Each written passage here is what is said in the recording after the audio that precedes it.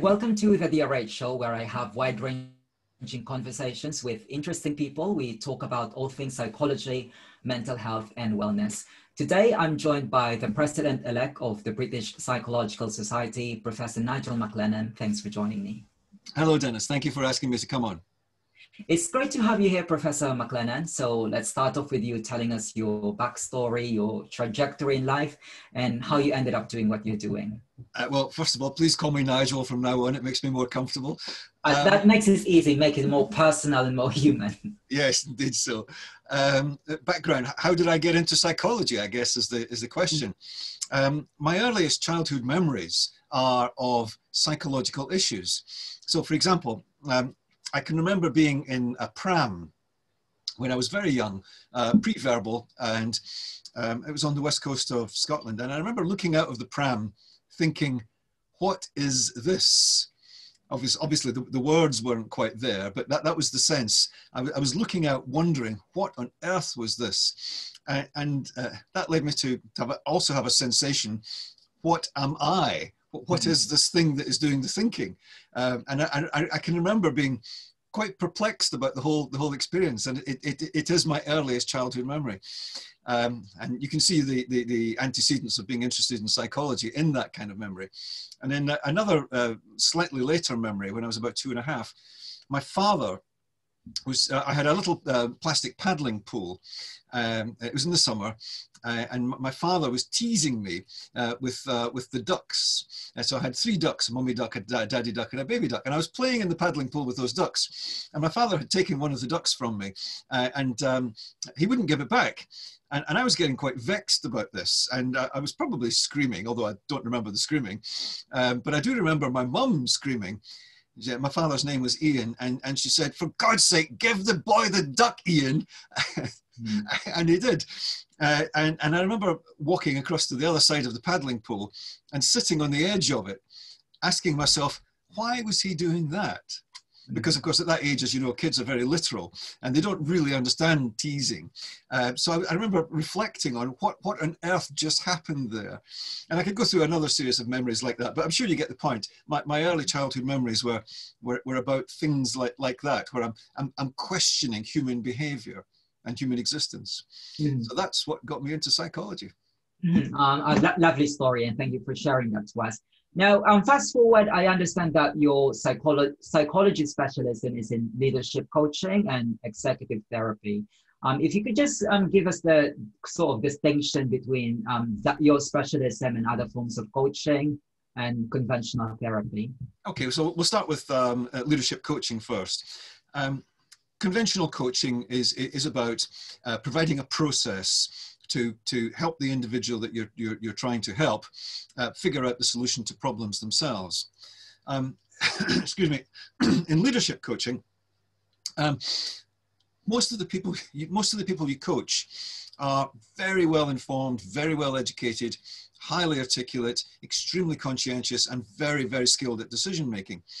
So they can already do that for themselves. So in leadership coaching, there's another dimension which one has to add, and it's this: to add techniques and methods that the individual simply doesn't know about or simply hadn't any previous access to, that can enable them to make performance enhancements. So typically, for instance, most executives, when you speak to them, they'll use a phrase like, I'm maxed out. Mm-hmm. I can't do any more than I'm currently doing. And they're right. Mm-hmm. For the techniques that they're currently using, with the techniques that they're currently using, there's zero possibility of them increasing their performance levels. But if they understand better techniques, new techniques, refined techniques that they've never had exposure to, they can make huge improvements in their performance simply by changing the methods. So if I was to try and give you a label to describe that, I might say something along the lines of: a leadership coach is less a psychologist and more of a methodologist. Somebody who studies and collects superior methods that help people to perform at a higher level, and shares that with the people that they're trying to develop. Mm-hmm. So on to the difference between conventional psychotherapy and psychotherapy for executives. Most executives who get to the point of having a problem of one kind or another are what in clinical psychology terms would be called high functioning clients. They're not disturbed enough to require psychiatric intervention. They're certainly not disturbed enough to need to go and see a clinical psychologist. But their performance is impaired enough for themselves and other people around them to notice it. So the thing that someone who specializes in executive psychotherapy has to do is first of all, understand the executive's world. So if they don't understand that the pressures that an executive is under, the decisions that an executive has to make at the speed that the executive has to make them, and also understand the psychotherapeutic methods to help individuals in that situation, and understand techniques that can really make a difference on the spot, then they're not going to be very effective. So one of the things that I quite often find is that executives I've been working with, they've been to see psychologists who don't specialize in executive psychotherapy. And it's not been very successful because however good the psychologist is, they just don't understand that world. And as a result, they can't really help the client. So those are the main differences I've observed over the years. And I'm sure there are others we could go into in great depth if we had more time. Yeah, absolutely. I'd just like to touch upon the point that you've alluded to earlier. You mentioned that psychological leadership coaching rather is more of a method rather than psychology. So would you say that academic qualifications is essential in becoming a leadership coach? Because what I mean by that is university level kind of qualification. Because when you go to Google and you type in leadership coach or lifestyle coach, and you would see a lot of people offering similar services that you offer, and they don't necessarily have an academic qualification. And they just say that they are rather expert by experience. So what's your insight about that? I think you've hit the nail on the head there, Dennis. Expertise by experience is enormously more valuable than expertise by academic qualification. In all the years I've been coaching, never once have I had a client ask me about my qualifications. Never once. And the reason for that is, frankly, clients don't care. The only thing clients care about is, can you help them? Are you willing to help them? Are you available to help them? If you can answer those questions in a way that the client is encouraged by, then they're not interested. They're not even slightly interested in your academic qualifications. In fact, I'd maybe even go a little bit further, and this maybe go a little bit too far, but to make the point, some clients have made it clear that they don't want academics. The reason they don't want academics is they want people who can do it in the real world, who have done it in the real world, who can continue to do it in the real world. And many business people have a quite negative view of academics. Yes, of course, they respect that academics have to do their research and society needs those people to do their research.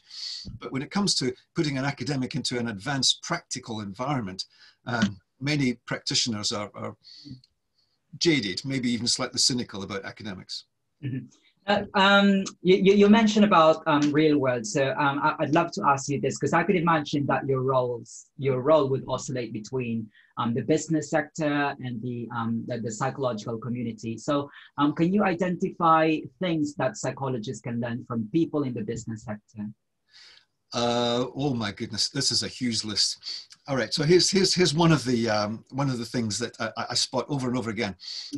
Psychologists, as a professional grouping, claim to be making evidence-based decisions, and only making evidence-based decisions. Well, let's look at the realities of that. Can we make evidence-based decisions about the etiology of a person's psychological problem? No, we can't, because we simply cannot get to the bottom of the etiology. Yes, the person will have a perceived etiology. They'll think they know what the causes are, but anyone who's been in psychotherapy for any period of time will know that a person's perceived causes of a problem are very, very rarely related to the actual causes of the problem. So in business, if you were to claim to be an evidence-based decision maker, you probably wouldn't survive too long, because most business people realize that the vast majority of decisions that you have to make simply cannot be made with the evidence, because it's too expensive to get the evidence. It takes too long to get the evidence. And even when you get the evidence, it's incomplete. So they're quite happy to admit that they make decisions that are inference-based. In other words, they make an informed decision, and the wisest of them, in my experience, will say that more often than not, when they're making an executive decision, it's well-informed guesswork. So it might go something like this: based on my experience with incomplete information, when I have seen this particular situation, the approach that I'm about to recommend is the approach that most often works. Mm-hmm. So they're acknowledging that they're guessing, they're acknowledging that maybe there's a little bit of experiential pattern recognition based decision making. But I don't know any senior executive anywhere that I've coached over the last 30 plus years who would claim to be an evidence-based decision maker. They just don't survive. So I think if psychologists embrace that and realize that we simply don't have the vast majority of evidence to make the decisions that we'd like to make. Yes, we'd love it to be an evidence-based profession. You know, we'd love to make all of our decisions based on hard evidence. Mm-hmm. Well, sometime in the next 3,000 or 4,000 years, that might happen, but certainly not in my lifetime. Okay. Now let's move on to another aspect of your role. Because when I was preparing for this interview, I saw your university page at London Met, and then you mentioned that there's a myth around great leadership. Can you expound more on that myth? Yes, the myth is that the leader comes in with on a white horse and has all the answers. And can direct everybody to do exactly what's required. The leader on the white horse myth. Of course, leadership is nothing even close to that. Mm-hmm. The vast majority of instances that you observe really good quality leadership, you'll see that almost all of the decisions that the people are making to mm-hmm. solve the problems are emergent decisions. Mm-hmm. In other words, they start off with a rough guess of what they need to look at, and then they start looking at it. And then the information that they gather gives them further insight into what they then need to look at. And that process is iterative and ongoing. And eventually they'll come up with a working hypothesis on some of the solutions. But that's just the start of the process. They then start testing that hypothesis with other well-informed individuals in the organization. And they start finding out which approaches, which hypotheses have got support, which ones will work but don't have support, which ones don't have support but will certainly work if you can get the support, and so on and so on.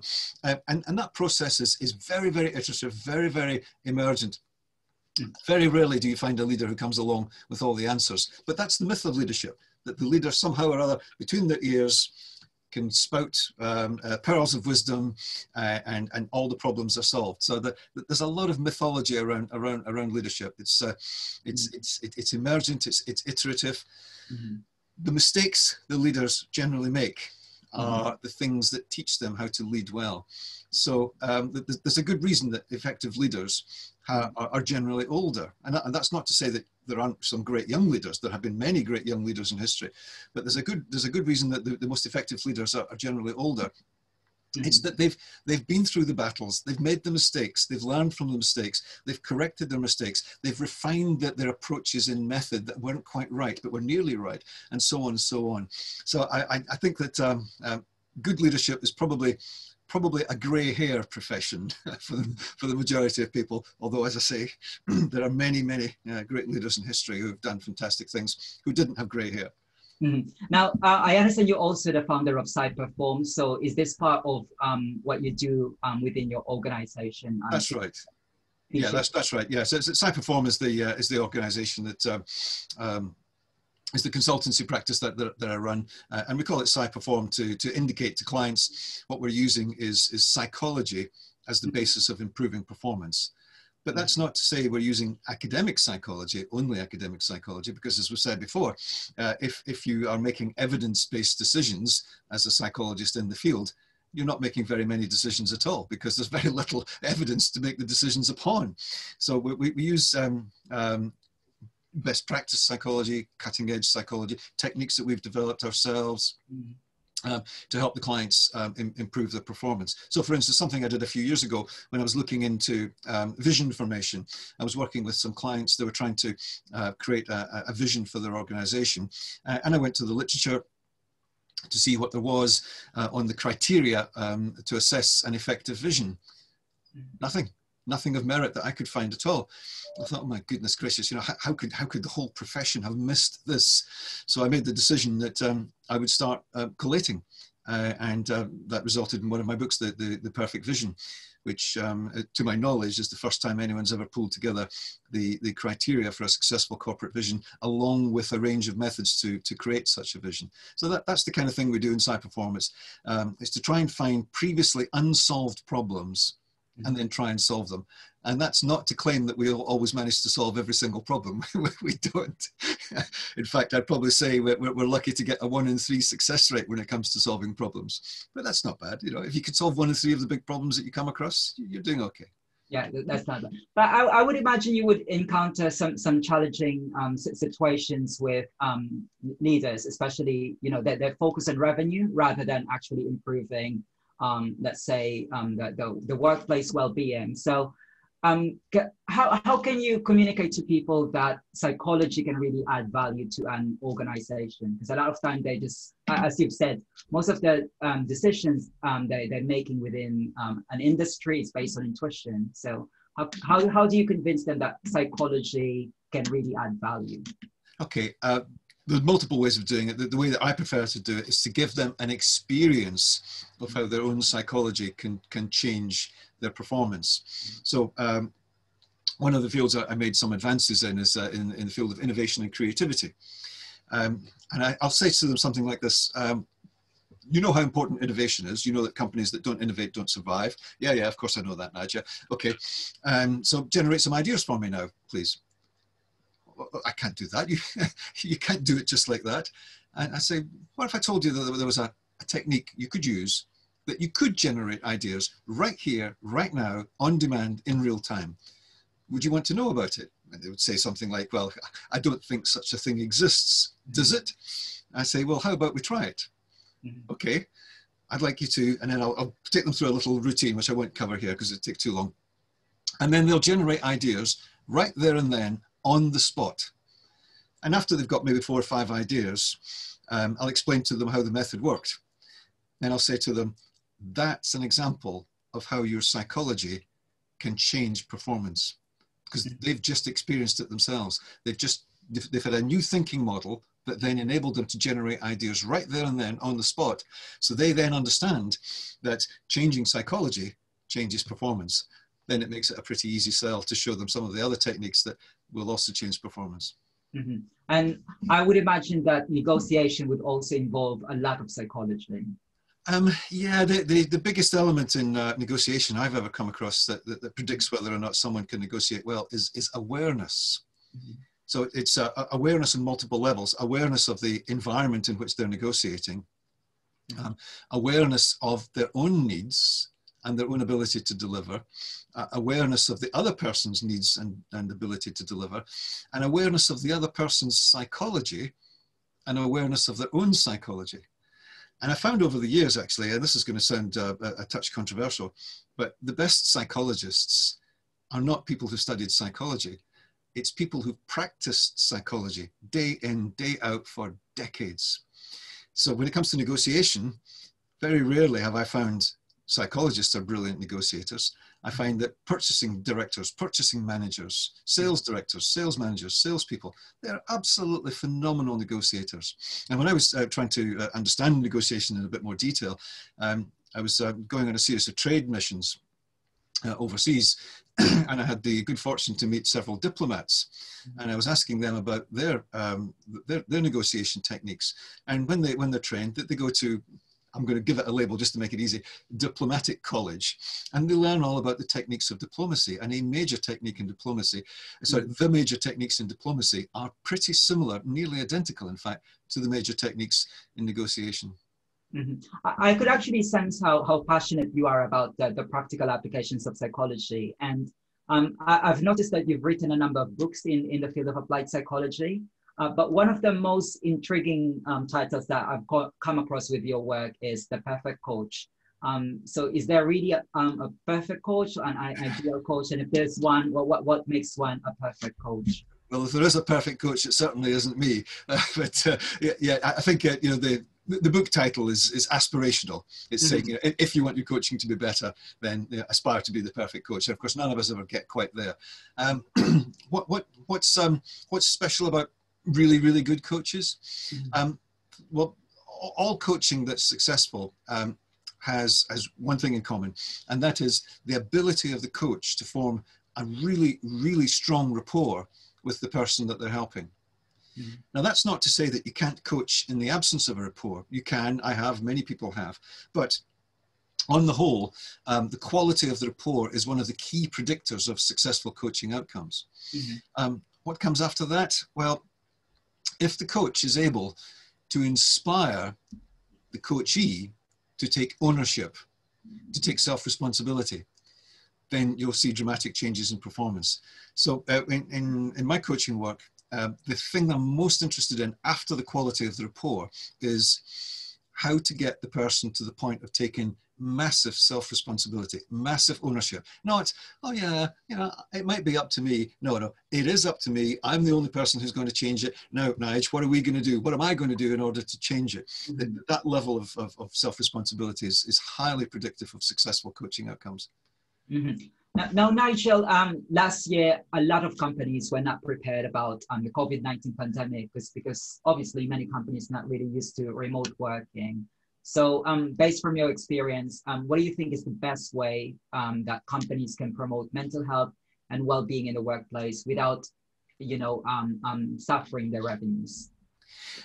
First thing I would say about promoting mental health is if people feel safe to talk about mental health challenges in their workplace, then they'll probably start talking about them. And if they're starting to talk about them, then you can do something about them.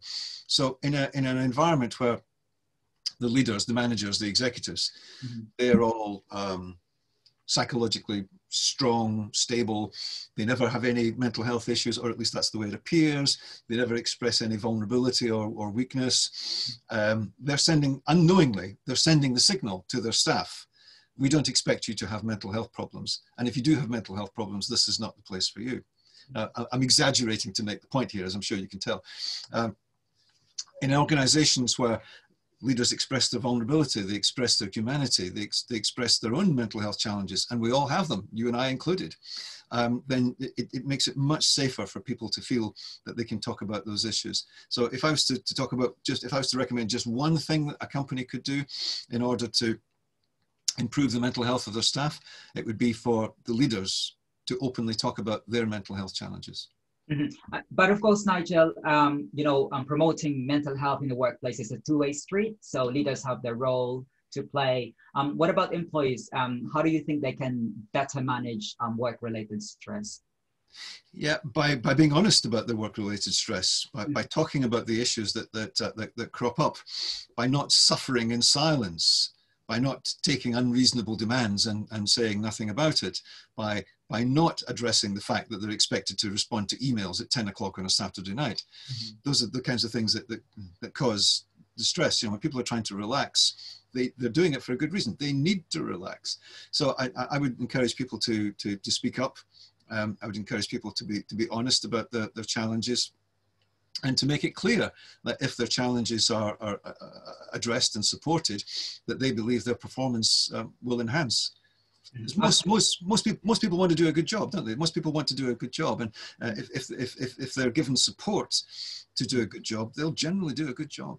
Absolutely. Now, Nigel, congratulations on being the president-elect of the British Psychological Society. But what I want to hear from you is how can you harness your experience in lead performance improvement to deliver excellent practices within the BPS? Well, as you might imagine, that's something I'm trying to do on a daily basis. I've been president-elect now for the last 7 months, and every week I'm trying to share best practice in charity governance and various other aspects of human performance with my colleagues. And of course, persuading people to do these things takes a long time. And you have to be patient and hang on in there. It's interesting actually to me that the BPS, the British Psychological Society, has 60,000 psychologists. That's a vast number of psychologists.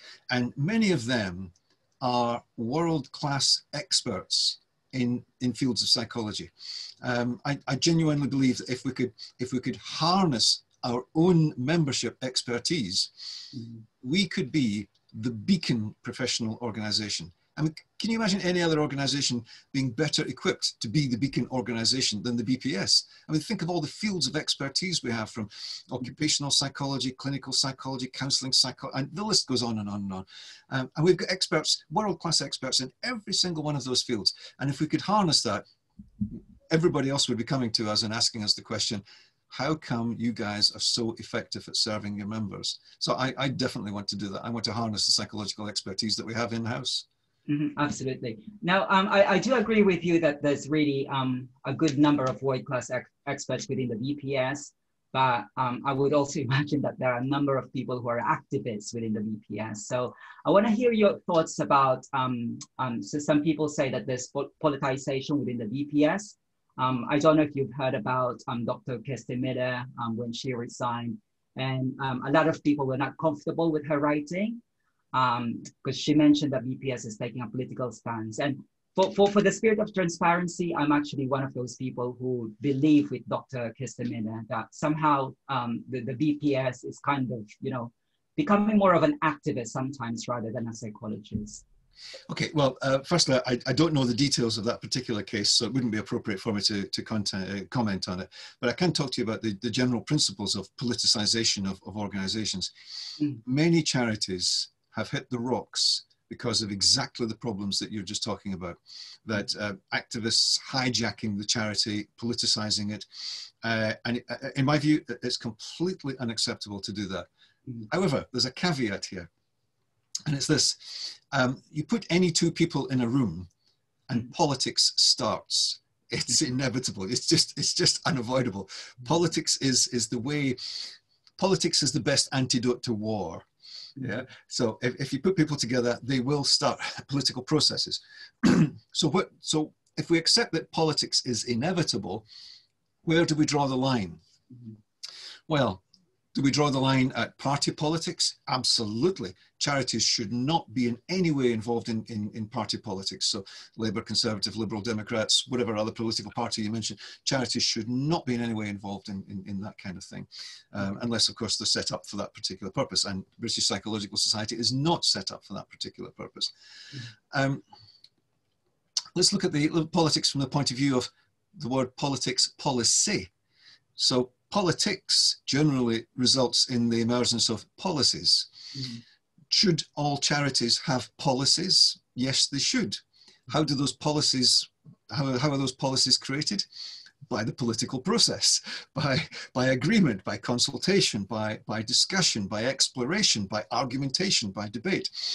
So should all of those things go on in a thriving charity, a thriving professional organization, a thriving learned organization? Yes, we should have argumentation, we should have debate, we should have exploration. But when it goes too far and it starts to be, when the politics starts to overpower the purpose, then it becomes self-defeating. So if an organization spends more time politicking than in delivering for the charity, then it's problematic. And I'd even go further than that. I would say there's probably only grounds for a small percentage of politics compared to the vast majority of effort being put into delivering for the clients. So that it's not a case of should organizations be political. It is inevitable that they will be political. The question then is how much politicking becomes harmful, and when does the politicking become harmful? So if I was to have a say on how these issues are raised, I would say that there's several ways we can do this. But one of the things we should be doing is that nobody who does not have expertise in that field should be deciding policy. And we've got several structures in all organizations, where individuals, that's my doorbell going. Yeah. I'm going to ignore it, obviously. Several organizations have situations where they have people who have zero expertise in a matter making political decisions about that matter. Now, we're a learned organization where the vast majority of people are either PhD educated or chartered psychologists, or on the route to being both.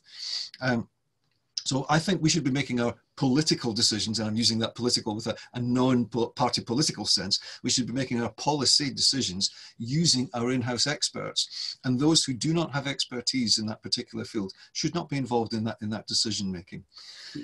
It's something that plagues organizations right across the world. How far do you take the politics before you damage the organization? And BPS, like many organizations, struggles with that on the horns of that dilemma on an ongoing basis. And I think sometimes we go too far towards politics, and sometimes we don't go far enough. In other words, we don't consult widely enough. We're not engaging in the political process properly. So I think it's something we need to be very mindful of and prevent ourselves getting sucked into. I'd just like to follow up on that point. You mentioned that the BBC is such a dynamic and big organization. I suppose you liken it to a charity. I would liken it to the BBC. Sometimes it's being accused of being, overly left-wing. And I suppose there's a number of research that academics leans towards the left-wing kind of politics. And I would suppose that would also be reflected within the BPS, because a big chunk of BPS members are actually academics. So sometimes you would, as you mentioned, that this kind of politics tends to be reflected within the BPS. But overall, the field of psychology, regardless of what's your take on it, it's still an interesting field. So I'll just move swiftly on to my next question, which is, do you have any tips for those who want to have a career in psychology, or who wants to follow your footsteps in having a career in coaching psychology? Okay, well, firstly, I would suggest you don't try and follow my footsteps or anyone else's footsteps. I would suggest that you carve your own path, because you and everybody else has unique talents and unique combinations of talents. And if you try and model yourself on somebody else, you'll be not doing a good service to your talent base. Let me tell you about the approach I took when I was studying. I made the decision that I didn't want to be a psychology graduate when I graduated. I wanted to come out as a psychologist. So I took additional courses in counseling and psychotherapy and hypnotherapy while I was a psychology student. And I was working in the psychiatric wards at the weekends and so on. And I would suggest something very strongly here, and this will probably sound a little bit iconoclastic, but if you want to make if you want to be a really effective psychologist, it's healthy to challenge, constructively challenge the existing thinking. So here's why. If the existing thinking in psychology was effective, then we would have moved on from a problematic situation that we've had for all my lifetime. Psychotherapy is about 30% effective. 30% of people get better, 30% of people stay the same or get worse, and 30% of people get better speaking to friends and colleagues, not psychologists. So psychotherapy, as provided by psychotherapeutic professionals, is just as effective as a chat with friends. Now, when I say that, most psychologists hate it, but if you go to the meta-research and look it up, you'll find out that's exactly the case. So if the methods that we had in psychology were really super, super effective, then we'd have moved on from that 30% efficacy rate, which is, by the way, just the same as the placebo effect, which is rather worrying. A psychotherapist is just as effective as the placebo, and I include myself in that. I'm not pointing any fingers at anybody. So if you want to be effective as a psychologist, my recommendation would be find the problems, and there are lots of problems in psychology, and put your thinking apparatus around them and ask yourself, why is this problem here? What is causing this problem? What different approaches might make a difference? What could I do that isn't currently being done? What should be tested that isn't currently being tested? So my challenge to anyone would be find the problems and constructively work. But there's something one needs to be very cautious of here. Some people take that to mean, yes, as a psychologist, you should criticize everything. everything is wrong and you should start afresh. No, some things work really, really well in psychology. You know, we understand a lot of some things, and some things we've got no idea about at all. I mean, we're completely clueless about. So it's not about challenging everything. It's about challenging what's obviously not working. So if I was starting out in psychology again, I think some of the fields I would look at to try and solve problems would be around consciousness. So let me show you why consciousness is such a big issue. In psychotherapy, this is the psychotherapeutic process. We take one consciousness that is having a problem and we communicate with another consciousness. We don't know what consciousness is in the first person. We don't know what consciousness is in the second person. And we don't know the processes that take place to communicate between the two of them effectively. We don't fully understand communication. We don't even know how language is formed in our minds. Is it formed teleologically? Well, it must be to some extent, but that's a whole debate for another day. So we've got this one consciousness speaking to another consciousness. We don't know what the first consciousness is. We don't know what the second consciousness is. We don't know the communication processes that are taking place between them. And yet we claim we can control the psychotherapeutic process. Can you see how ridiculous a claim that is? I mean, it's farcical. It's just ridiculous. But we know so little about the human brain. I want to choose a field like that. And there's another one, you know, that really perplexes me. And I'd love to get my teeth into it, but I don't have enough lifetime left to get my teeth into this one. And it's this, human memory.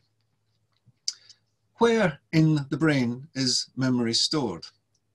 Well, of course, no one knows the answer to that. Yeah, we can give you lots of theories, but we can't say. And we say, well, the hippocampus is involved in memory. Yeah, that's right. We can say the hippocampus is involved in memory.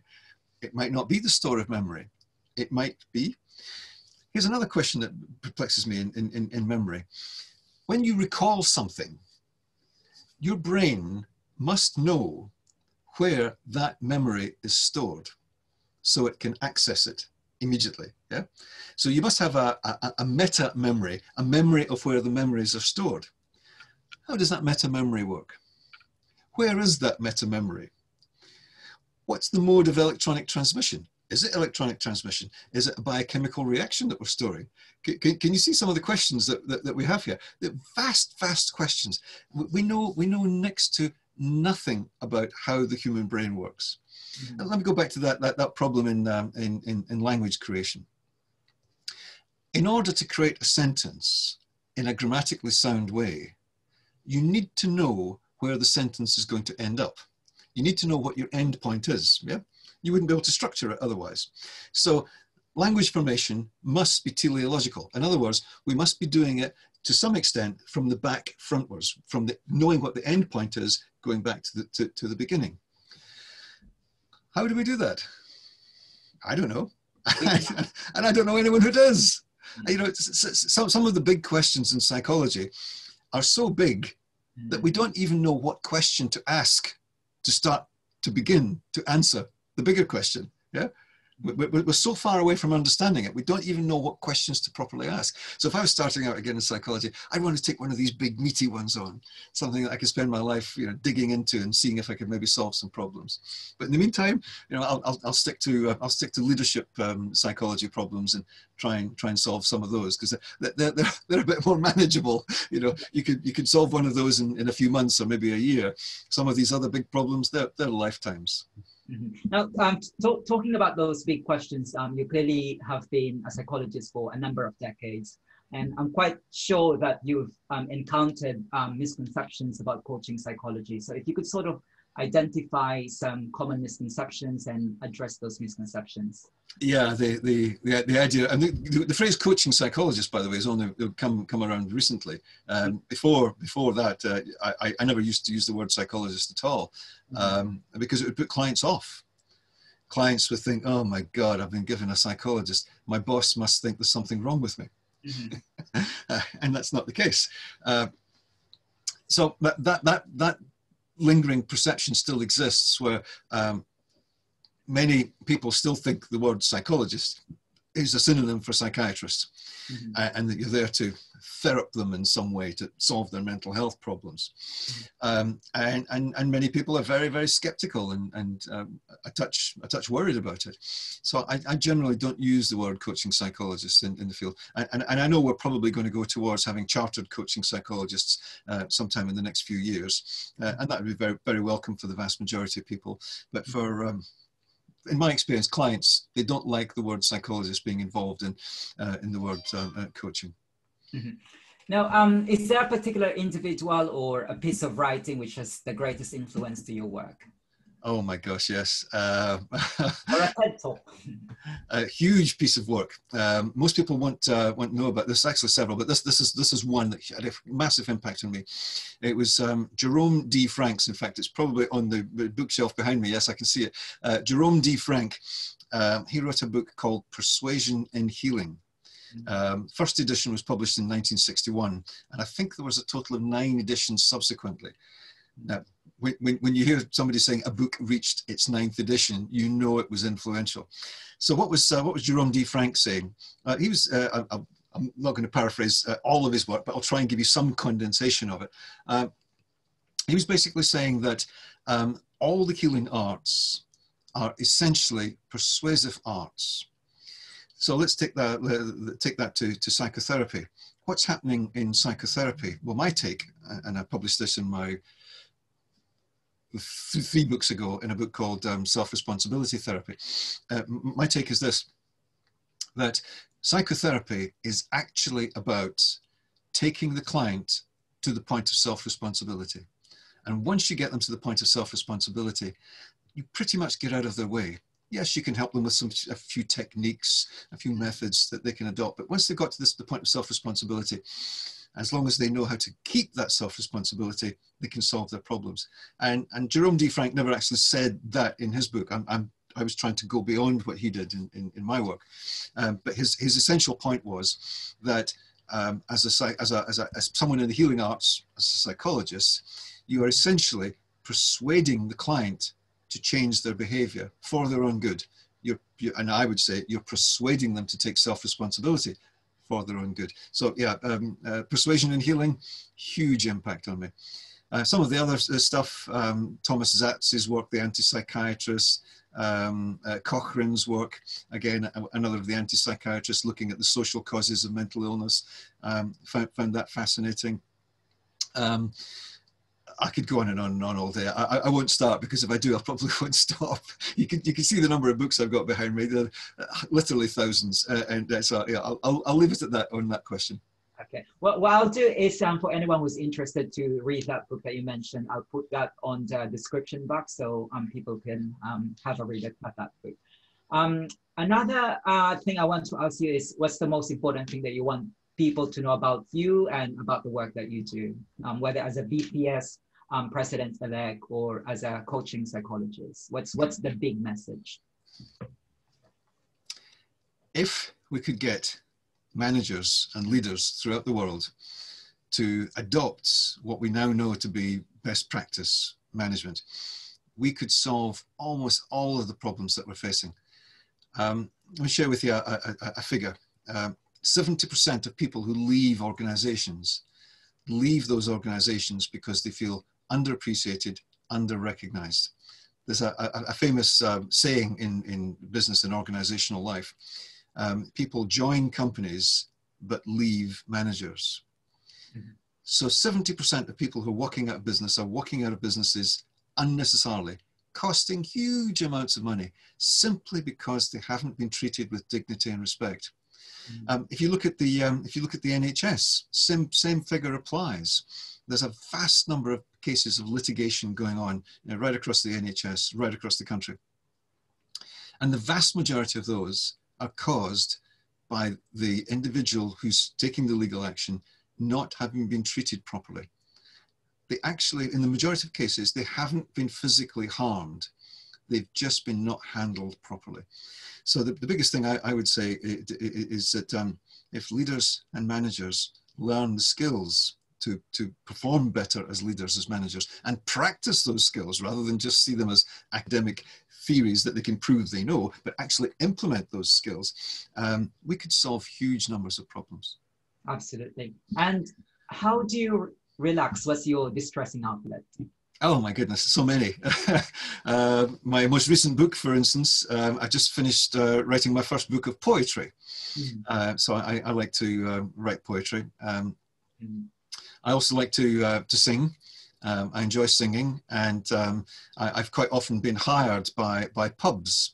They usually hire me around about 11:15 on the grounds that if I sing for 15 minutes, the pub will be empty by 11 o'clock.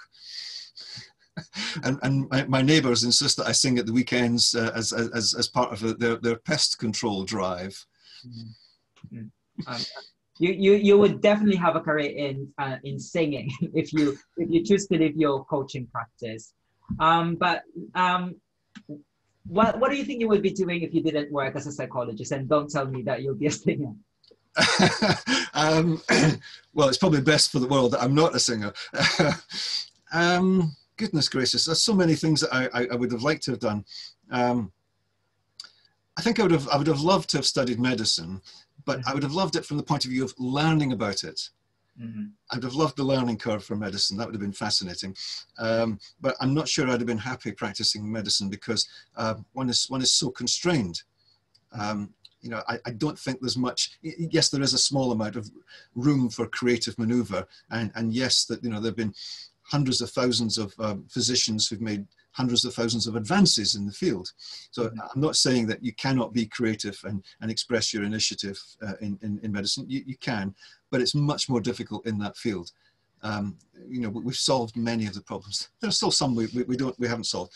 For instance, I had a wonderful conversation with a professor of hepatology. That's the study of the liver. A few years ago, and he just retired, and he was at the stage of, you know, passing on knowledge and, you know, sharing his experience, and it's always great to speak to people in that stage of life because they've got that combination of freedom, but they've also got the determination to share. And I was asking him about the liver, and I was saying about the number of enzymes that there must be that are created by the liver and used by the liver, and he said, well, I could probably name you a couple of hundred at most. I said, given the complexity of the biochemical processes in the body, how many do you think there are? Oh, he said, thousands, maybe even tens of thousands. And we don't even know what they are. We can't detect them. So there's so much, you know, that could have been explored there. So I'd have loved to have studied medicine. I think I would also have loved to have studied law. Law would have been interesting, particularly going after corrupt individuals. I've got a very strong sense of social justice, and when I see corruption or mismanagement or misgovernance going on anywhere, I get a very strong sense of I need to put it right.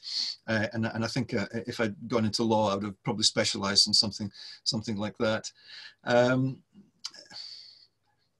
But maybe most of all, I would have loved to have lived a creative life. So writing novels, plays, poetry, songs, drawing cartoons. In my various books, I think I've published a total of about 500 cartoons. So I love the creative process. I just can't get enough of it. You know, if you were to say to me, I'm going to put you on a desert island and you're going to have to be creative for the rest of your life, I'd say, yes, please, thank you. Absolutely. And finally, Nigel, what else is in the pipeline? You mentioned about your book. Is there anything else? And if people wanted to reach you, which platforms they can get in touch with you? Yeah, they can get hold of me at psyperform.com. That's the first three letters of the word psychology, and then the word perform, psyperform.com. Or if they want to catch me through, if they want to catch me through my psychotherapeutic website, it's drnigelmaclennan.uk. What's next? I've got some books in the pipeline. I'm currently working on a book on building super teams. I've also been pulling together some really effective learning methods that seem to make a big difference. You know, study techniques, but beyond study techniques, more than that, because that's been done to death. I've got about, I don't know, any one time, I've probably got about 6 books that I'm simultaneously researching as I either stumble across information or I work with clients, and that particular client has a problem that is highly pertinent to that book, and I can use that case history in the book, or draw some principles out from how they're solving their problems. But when I write my books, I tend not to name clients, because it's just not fair. You know, they didn't give me permission to share their cases, so I anonymize anything that's in those kind of things. So there'll be more books. Any speaking engagements? Speaking engagements, yeah, all the usual, yeah. For years, I've been traveling the world, giving lectures on psychology. But as you might imagine, with COVID happening right now, I haven't been out of the country since I returned from Australia on the 1st of March last year. And that's the longest I haven't been out of the country for a very, very long time. It's very strange not to be traveling and sharing information. A lot of people can relate with that, not being able to travel. I myself had to cancel 2 of my flights next year. But anyways, we leave it there. Thank you, Professor Nigel MacLennan. It's a pleasure having you here on the DRH show. And I look forward to hearing more about your work. Thanks, Dennis. Take care. Stay safe. Thank you.